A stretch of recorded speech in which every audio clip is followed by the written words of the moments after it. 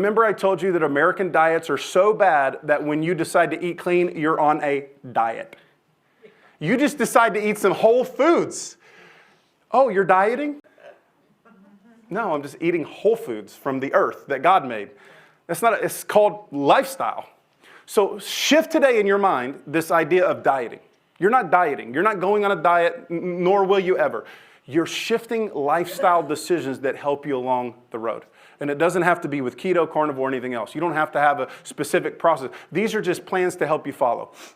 So the first thing I got to know to do is reduce my carbs and my sugars. And sugars are in everything. Okay? Breakfast cereals, oatmeal, instant oatmeal. Pick something.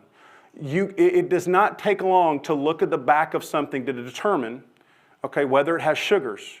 Added sugars are another big thing. So let's look at, for example, juices. Orange juice has sugar. Why? Because it comes from oranges, which has sugar, right? Fructose. Does that spike your insulin? Big time. Is the simply orange juice, which is just from the orange, or the orange juice with the added sugar orange juice better for you? Which one's better for you? The regular simply orange juice, right? Because at least you're not getting the added sugar. Does that make sense? So there's a lot of ways in your life that you can go look on labels and reduce added sugar immediately. Okay, I went through a season where I was enjoying dried fruit. I don't know why, I just got to where I was like loving dried fruit. Mango specifically. If you've never had a dried piece of mango, it's amazing. It's like a dessert. But they make them, I was at Sprouts the other day, and they have mangoes that are sugared, sweetened, and then they have the regular. Here's what you do. You look on a label, and you'll see what is the ingredient. You'll see mangoes. Okay, that's okay, get that. Don't get mangoes and sugar, because that's the other ingredient. Have you ever seen dried cranberries? You know you can't find them without sugar, added sugar, because cranberries are kind of bitter. So they sweeten cranberries. It's the same thing they do with your trail mixes and everything else. So first thing you can do, eliminate added sugar. And then if we want to talk about a profile, keto as a concept nutritionally is pretty strict when it comes to carbohydrate intake.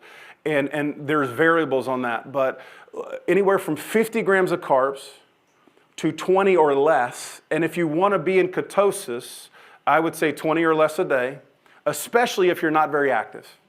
If you are active physically, you do cardiovascular training, you do weight training, then those carbs can be higher and you can stay in ketosis. So here's what ketosis does. I told you last week, there's two ways our body burns fuel. Number one is glucose, which comes from carbohydrates. That includes vegetables and everything you eat. Every fruit that has a carb, every vegetable, they all have carbs. The difference is my asparagus has a different carb profile than white rice, right? Or potatoes or something else.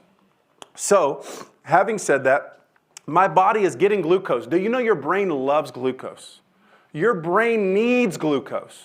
So this is not a series where we demonize glucose or carbohydrates. This is a series where we're teaching you how to shift from living your life 80-90% on carbs and sugars to survive, right? And recognizing that your body not only are you destroying it that way, but it's going to thrive and be much better, more energetic. You're going to feel better when you eliminate a lot of that. So here's what happens when you eliminate carbs.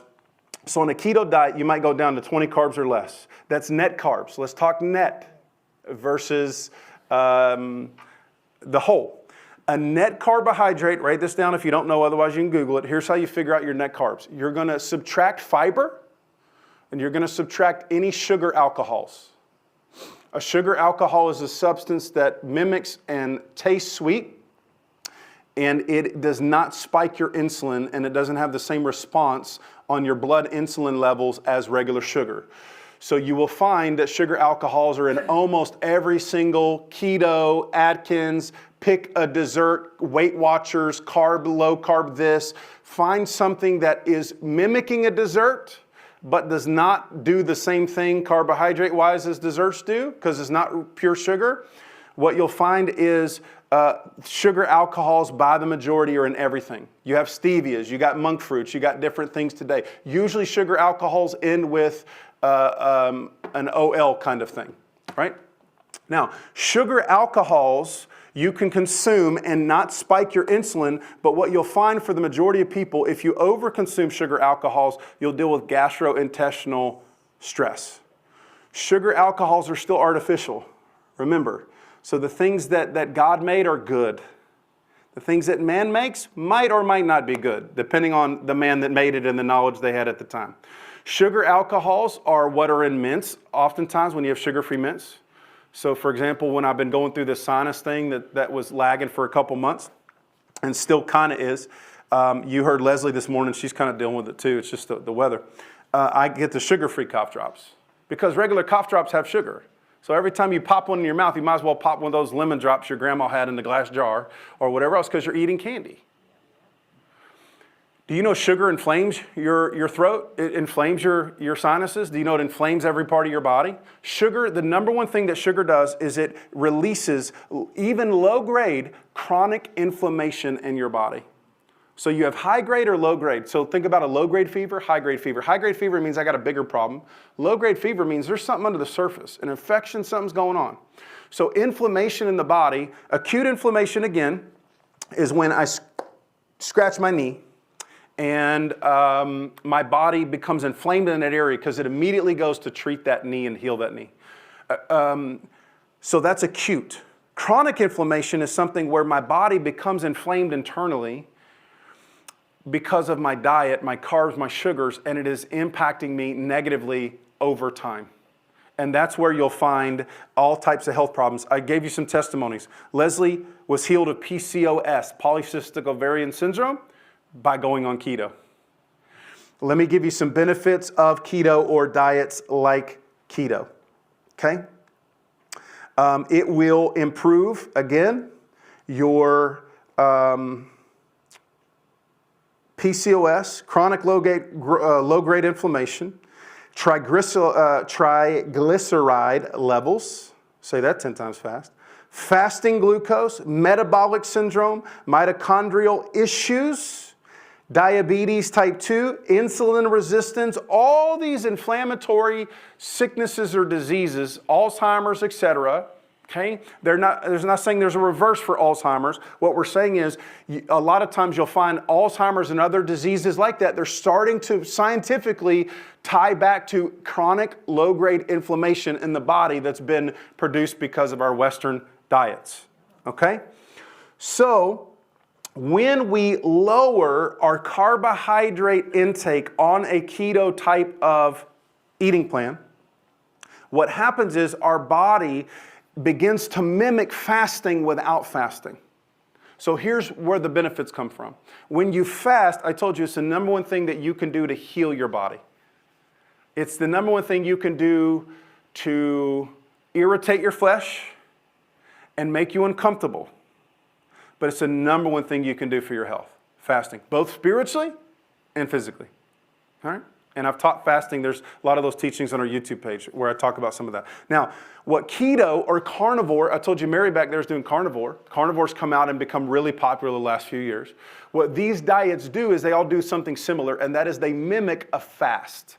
You are not fasting, you're eating foods, but when you eliminate carbs and sugars, what your body feels like is fasting because it wants to thrive and live on glucose, including your brain needs the glucose, but it doesn't have it anymore because once you have eliminated it from your diet, it takes days to eliminate. Once you eliminate carbs and sugars from your diet, it'll take days for your body to burn up that excess glucose. The more you have in your blood, the more you have stored in your muscles, the more you have stored in your liver. Remember, the body and the liver store glucose. And your brain sucks it up, your muscles suck that up.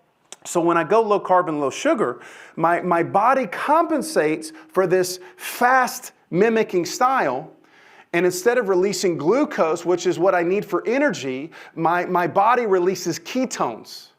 And ketones, now my brain sucks up the ketones and whatever glucose I get in my vegetables and my low-carb fruits and all these kind of things. And we'll talk about types of foods here in a moment, okay?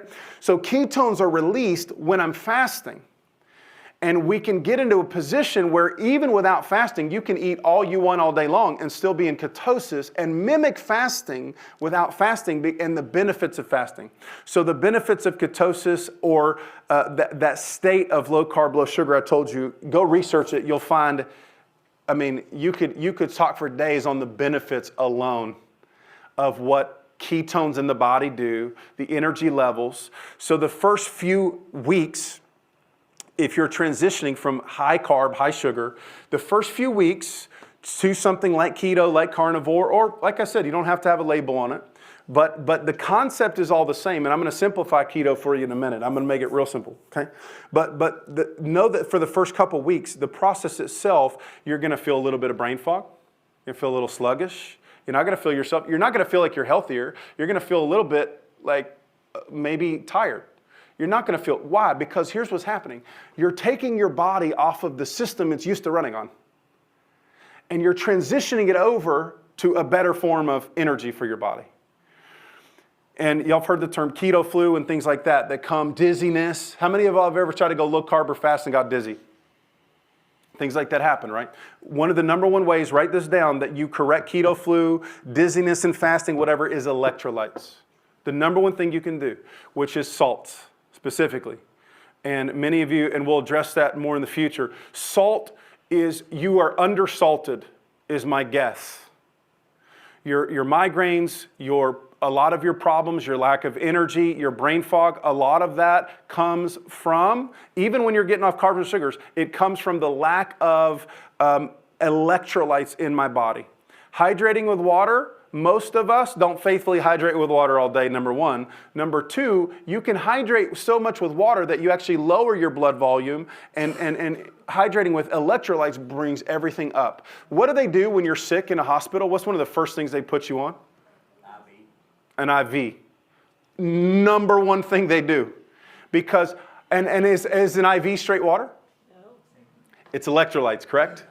Right? It's sodium. It's these things where they are introducing these salts to your bodies. Many of you have started taking salts because we've talked privately offline about it. And I think if I were to ask for testimonies, everybody I know personally who's talked to me about it says it's changed their life. So write this down.